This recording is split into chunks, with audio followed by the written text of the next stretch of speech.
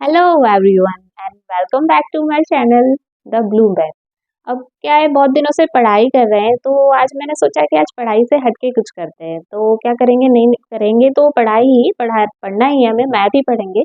पर आज जो क्वेश्चन सॉल्व करेंगे वो बहुत ही इंटरेस्टिंग होने वाले हैं। कुछ इंटरेस्टिंग से क्वेश्चन सॉल्व करेंगे तो उससे क्या होगा, आपका मैथ में इंटरेस्ट आएगा। एक फायदा तो आपका ये हो जाएगा और एक फायदा ये होगा कि इस टाइप के जो क्वेश्चंस होते हैं वो कॉम्पिटेटिव एग्जाम में भी आते हैं, तो उससे वो भी आपके लिए एक दूसरा फायदा हो जाएगा। ऐसे क्वेश्चन सॉल्व करेंगे तो आपका दिमाग खुल जाएगा।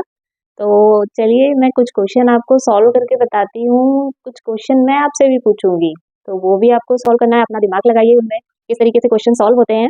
और कुछ मैं आपको यहाँ पे सॉल्व करके बताऊंगी। कुछ बहुत इंटरेस्टिंग से क्वेश्चन है वो मैं आपसे पूछती हूँ, वो मैं आपको सॉल्व करके बताऊंगी। तो देखिए इसमें क्या है, सबसे पहले क्वेश्चन लेते हैं। चलिए कि मान लीजिए मतलब हमें क्या करना है कि सिर्फ जीरो है, 6 जीरो का ऐड करके मतलब एडिशन करना है और हमें आंसर लाना है 720। तो उसमें क्या करना है, उसमें कोई भी हम मैथमेटिकल ऑपरेटर भी यूज़ कर सकते हैं। तो अब आप सोच रहे होंगे कि सिर्फ जीरो का यूज़ करके हमें आंसर 720 लाना है। एडिशन कर लो, सब्ट्रैक्शन कर लो, मल्टीप्लिकेशन डिवीजन कुछ भी कर लो, जीरो का कुछ भी कर लो, 720 तो आने से रहा। तो इसमें सिर्फ एक ही इसका वे है, इसमें एक ही तरीका है। क्या है वो, उसके लिए आपको आना चाहिए फैक्टोरियल। क्या होता है? Zero factorial. ये क्या होता है, इसकी वैल्यू होती है 1। अब फैक्टोरियल क्या होता है वो डिटेल में आपको समझने के लिए क्या करना होगा, मेरी वीडियो देखनी होगी, इसके ऊपर मैं वीडियो बनाऊंगी। तो वो आप देखिए तो अच्छे से समझ आएगा। अब इसमें क्या करेंगे, यहाँ मैं आपको सॉल्व करके बताती हूँ। ये जो क्वेश्चन है इसका क्या सॉल्यूशन होगा, हमें लेने हैं सिर्फ जीरो। कोई भी मैथमेटिकल ऑपरेटर भी हम यहाँ यूज कर सकते हैं। जीरो फैक्टोरियल 6 टाइम्स ले लेते हैं इसको, सिर्फ जीरो लेना है।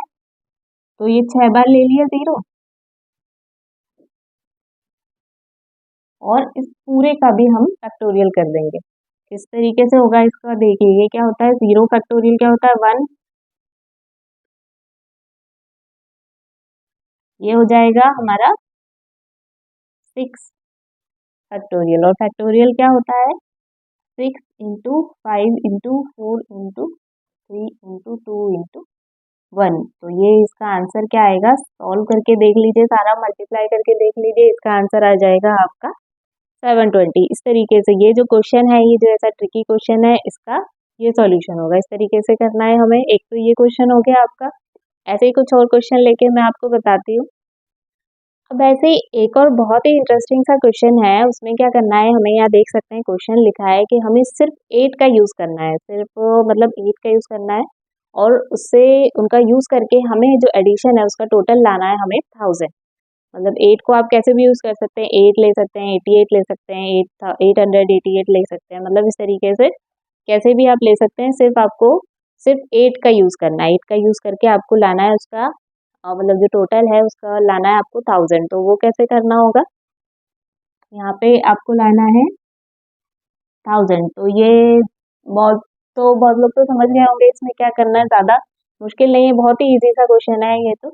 इसमें क्या है, सबसे पहले तो 888, इससे छोटा जो 8 वाला नंबर होगा वो यही होगा, ये ले लिया सबसे पहले। अब यही नंबर 3 डिजिट वाला नंबर तो ले नहीं सकते, तो इससे बड़ा हो जाएगा। अब इसमें क्या करना है, एक डिजिट कम कर देते हैं हम यहाँ पे। तो ये हो जाएगा अब यहाँ पे। अब इसके बाद आप देख लीजिए कि कितना इन दोनों को टोटल करके कितना हमें और चाहिए। तो वो कितना और चाहिए हमें, 24 और चाहिए। तो 24 को 8 में अगर ब्रेक करके लिखें तो कैसे हो जाएगा, 8 + 8 + 8। तो ये इस तरीके से लिखा जाएगा। ये इसका मतलब 1000 का जो एडिशन है वो सिर्फ 8 का यूज करके हमें लाना है, तो वो इस तरीके से होगा।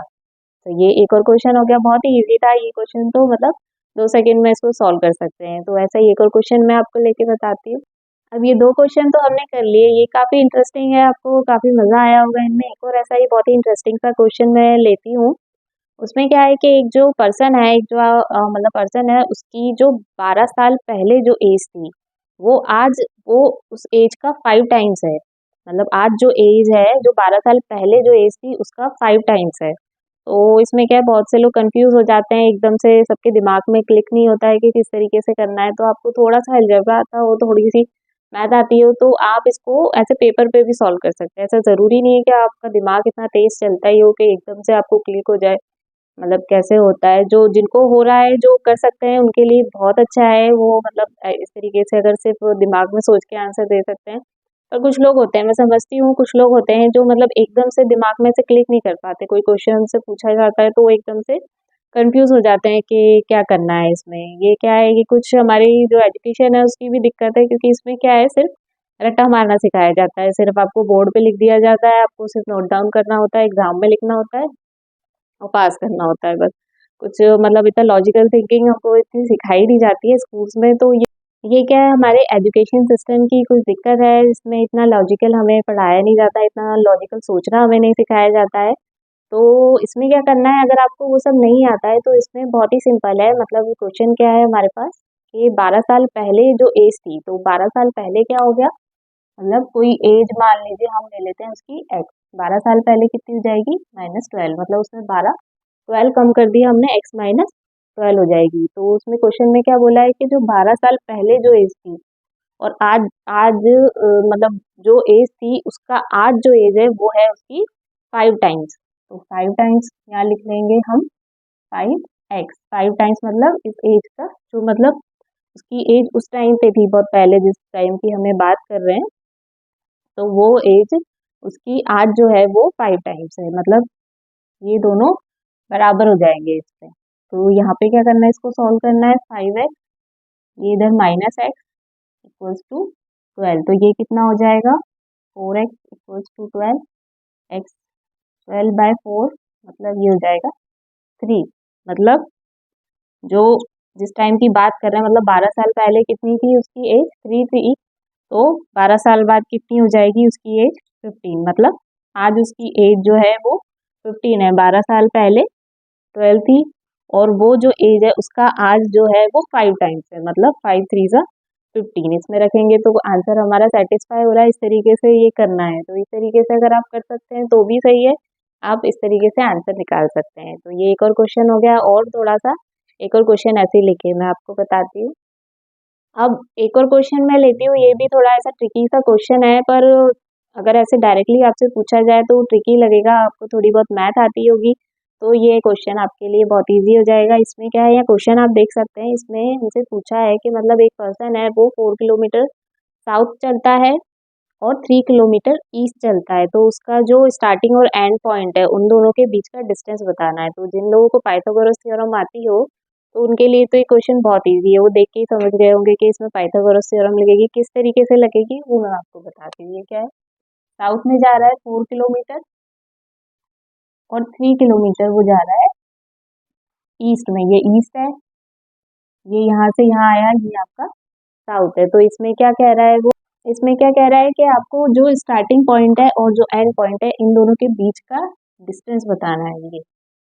तो यहाँ पे ये क्या, राइट एंगल ट्राइंगल बन गया। पाइथागोरस थ्योरम आपने पढ़ी होगी, नहीं पढ़ी है तो मेरी वीडियोस में जाके देखिए, उसमें पाइथागोरस थ्योरम मैंने एक्सप्लेन की है, तो वो देख के आपको समझ आ जाएगा उसमें क्या करना है। इसका हमें ये फाइंड करना है डिस्टेंस, तो क्या होती है, इसका square perpendicular square plus base square, ये कितना हो जाएगा, 16 प्लस 9 मतलब 25, और हमें निकालना है उसमें क्या लेना होता है, अंडर रूट, तो इसका अंडर रूट लेंगे तो ये हो जाएगा 5, मतलब 5 किलोमीटर। ये बहुत इजी सा है, इस तरीके का क्वेश्चन आता है तो ये आपको पाइथागोरस से सॉल्व हो जाएगा, ये इसमें 5 किलोमीटर आंसर आ जाएगा हमारा। तो एक क्वेश्चन ये हो गया, ये मैंने 4 क्वेश्चन लेके आपको बता दिए कि मतलब किस तरीके से सॉल्व कर सकते हैं। कुछ क्वेश्चन है अगर आपको डायरेक्टली नहीं सॉल्व होते हैं तो आप थोड़ा सा ऐसे अलजेब्रा का यूज़ कर सकते हैं, थोड़ा सा कुछ मैथ का यूज़ कर सकते हैं, कुछ डायरेक्टली आपको क्लिक हो जाते हैं तो बहुत अच्छी बात है। अब एक क्वेश्चन यहाँ मैंने आपसे पूछा है, उसका आंसर आपको मुझे कमेंट बॉक्स में बताना है।